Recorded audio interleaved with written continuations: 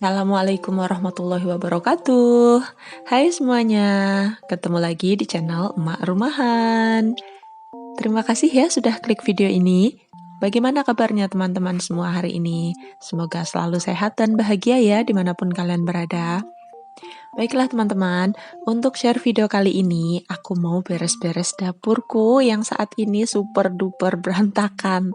Karena ini adalah sisa-sisa aku masak pagi tadi yang belum sempat aku rapiin. Jadi sebagian cucian piring itu sudah sebagian barang-barang yang di meja juga sudah bersih. Cuman karena aku belum sempat untuk memasukkan atau menaruh kembali di tempatnya masing-masing, jadi akhirnya barang-barang ini berantakan banget di dapur. Ditambah lagi tadi kan aku sempat pergi dulu untuk antar anak sekolah. Jadi setelah sekarang aku kembali ke rumah, aku mau beres-beres dapur supaya rapi dan aku juga sambil nyuci. Dan alhamdulillahnya untuk saat ini cucianku sudah selesai satu putaran, jadi aku mau jemur dulu. Setelah itu aku mau lanjut untuk beres-beres dapur sambil panasin beberapa lauk untuk aku pakai sarapan. Dan selain itu juga aku mau sedikit berbagi cerita ke teman-teman semua. Jadi sampai saat ini aku dan keluargaku itu menerapkan hidup yang minimalis, hidup sederhana. Dan aku mau cerita, bagaimana sih awal mulanya, kenapa aku bisa memilih untuk hidup minimalis dan hidup sederhana seperti ini? Karena menurutku ini bukan sebuah pilihan ya teman-teman. Karena aku sendiri tidak tahu kapan memulai untuk hidup minimalis, kapan mulai untuk hidup sederhana, seperti itu. Mungkin juga semua ini pengaruh dari pola asuh kedua orang tua aku juga ya. Karena memang aku berasal dari keluarga sangat sederhana, yang bisa dibilang kalau mau sesuatu itu harus benar-benar bekerja keras dulu, berjuang, bagaimana caranya untuk mendapatkan apa yang kita inginkan. Dan juga untuk bisa menghargai apa yang kita miliki. Jadi tanpa disadari, semua kebiasaan-kebiasaan untuk selalu berhemat, untuk bisa mengatur apa yang kita miliki, semua itu terbawa sampai pada saat aku remaja, sampai akhirnya bisa bekerja sendiri, bisa menghasilkan, dan sampai akhirnya aku menikah. Dan qadarullah pada saat setelah aku menikah, aku mulai untuk punya anak.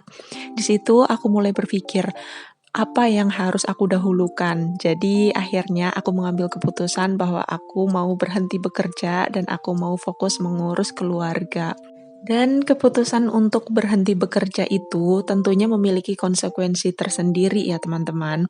Karena sebelumnya aku bekerja, aku memiliki penghasilan, aku bebas menggunakan penghasilanku sendiri. Sedangkan setelah menikah, hanya suami yang bekerja. Jadi bagaimanapun caranya, aku harus bisa berusaha untuk mengatur keuangan yang berasal dari satu pintu itu. Dan tentunya setelah menikah dan setelah memiliki anak, pandangan kita terhadap hidup, terhadap pengelolaan keuangan sudah pasti berubah ya teman-teman.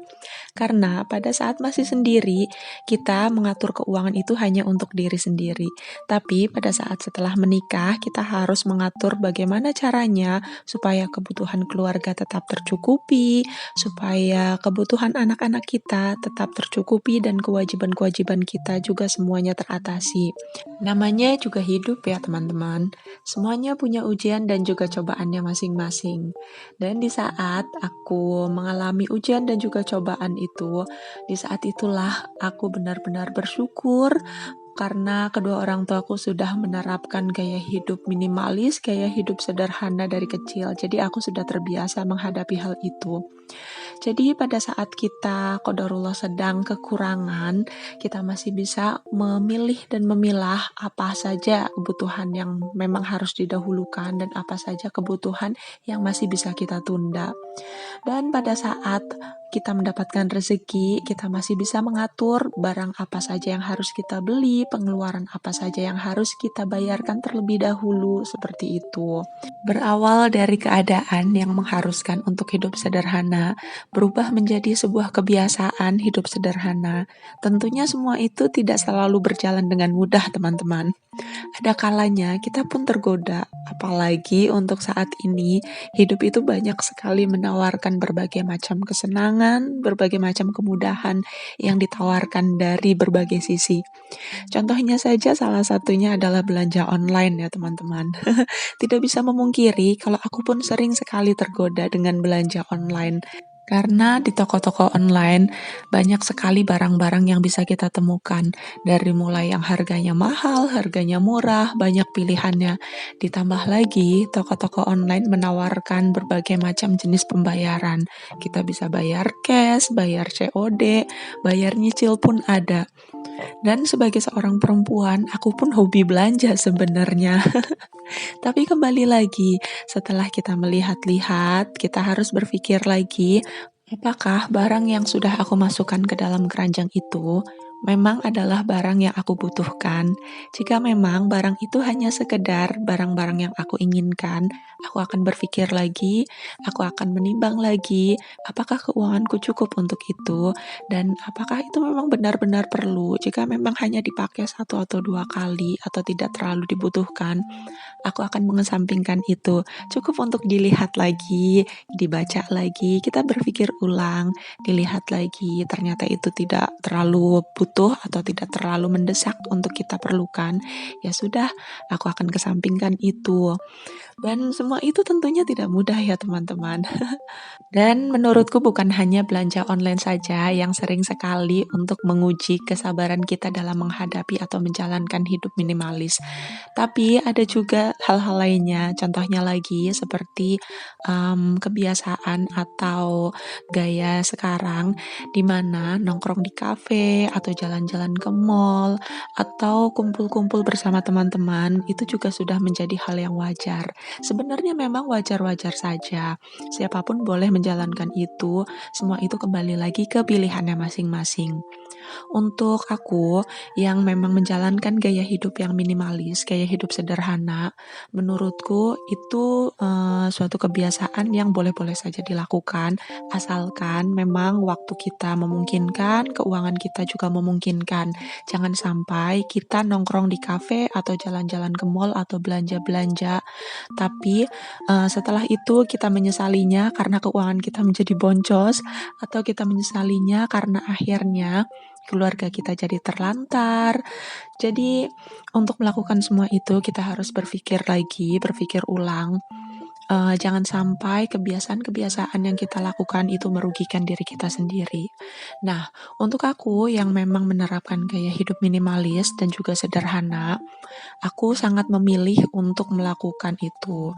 Jadi, bukan tidak pernah sama sekali ya teman-teman. Ada kalanya aku pun kumpul bersama teman-teman, ada kalanya juga aku pergi ke mall.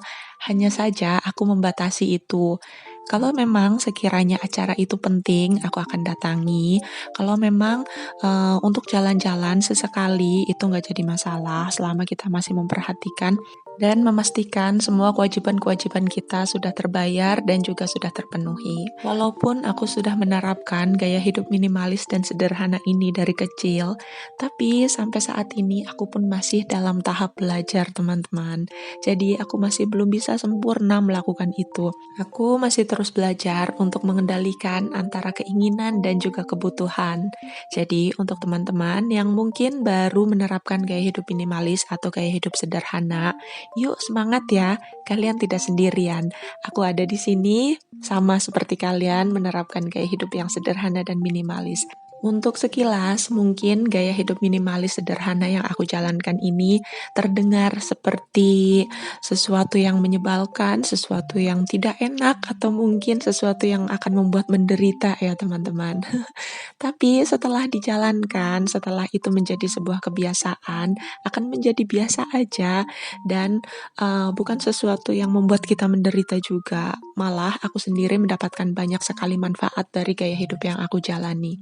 Salah satunya adalah hidup bisa menjadi lebih tenang dan menjadi lebih bahagia. Karena pada saat kita menginginkan sesuatu, setelah kita memilih-milih, ternyata kita mendapatkan barang itu, dan setelah berjuang kan ya, untuk memilih-milih, untuk meredam keinginan kita, itu juga suatu perjuangan kan. Dan setelah kita mendapatkannya, itu kita jadi lebih bersyukur dan kita lebih menghargai barang yang kita dapatkan itu.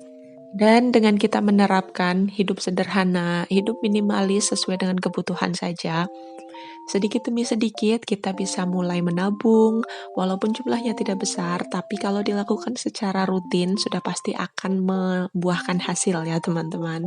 Jadi walaupun pada awalnya menerapkan gaya hidup sederhana, minimalis dan juga berhemat itu adalah sebuah keharusan, tapi seiring berjalannya waktu semua itu menjadi sebuah kebiasaan dan seiring berjalan waktu pula aku mendapatkan banyak sekali manfaatnya.